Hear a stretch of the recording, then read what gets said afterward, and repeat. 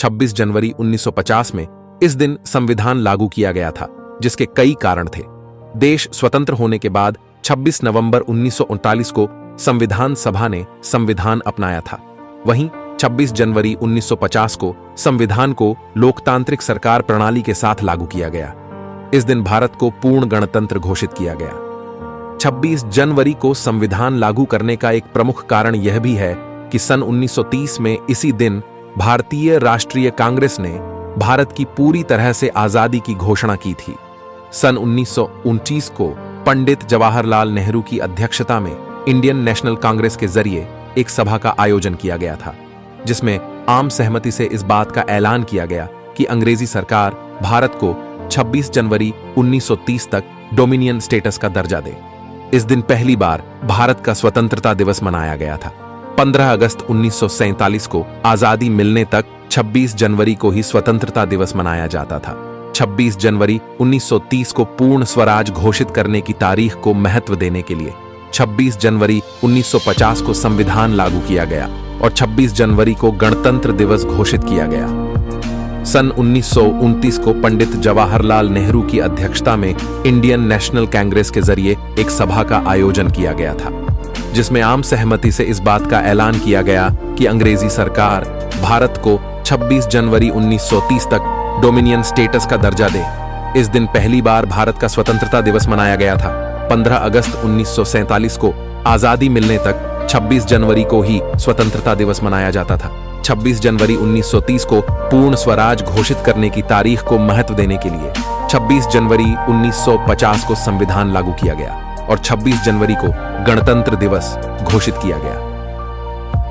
सदस्यों ने बनाया था संविधान। देश में आज जिस संविधान के अनुसार कार्य किया जा रहा है उसका मसौदा भारत रत्न बाबा साहेब डॉक्टर भीमराव अंबेडकर ने तैयार किया था, जिन्हें भारतीय संविधान के वास्तुकार के रूप में जाना जाता है। कई सुधारों और बदलावों के बाद कमेटी के 308 सदस्यों ने 24 जनवरी 1950 हाथ से लिखे कानून की 2 कॉपियों पर हस्ताक्षर किए, जिसके 2 दिनों बाद 26 जनवरी को यह देश में लागू कर दिया गया। 26 जनवरी के महत्व को बनाए रखने के लिए उसी दिन भारत को एक लोकतांत्रिक पहचान दी गई थी। संविधान के लागू होने के बाद पहले से चले आ रहे अंग्रेजों का कानून गवर्नमेंट ऑफ इंडिया एक्ट 1935 को भारतीय संविधान के जरिए भारतीय शासन दस्तावेज के रूप में बदल दिया गया। इसलिए हर साल हम भारतवासी 26 जनवरी को गणतंत्र दिवस के रूप में मनाते हैं। भारत 26 जनवरी 1950 को सुबह 10:18 पर एक गणतंत्र राष्ट्र बना। उसके ठीक 6 मिनट बाद 10:24 पर राजेंद्र प्रसाद ने भारत के पहले राष्ट्रपति के रूप में शपथ ली। इस दिन पहली बार राजेंद्र प्रसाद राष्ट्रपति के रूप में बग्घी पर बैठकर राष्ट्रपति भवन से बाहर निकले थे, जहां उन्होंने पहली बार सेना की सलामी ली थी और पहली बार उन्हें गार्ड ऑफ ऑनर दिया गया था। इस दिन हम भारतवासी तिरंगा फहराने, राष्ट्रगान करने के साथ साथ कई कार्यक्रमों का या तो आयोजन करते हैं या फिर उसका हिस्सा बनते हैं।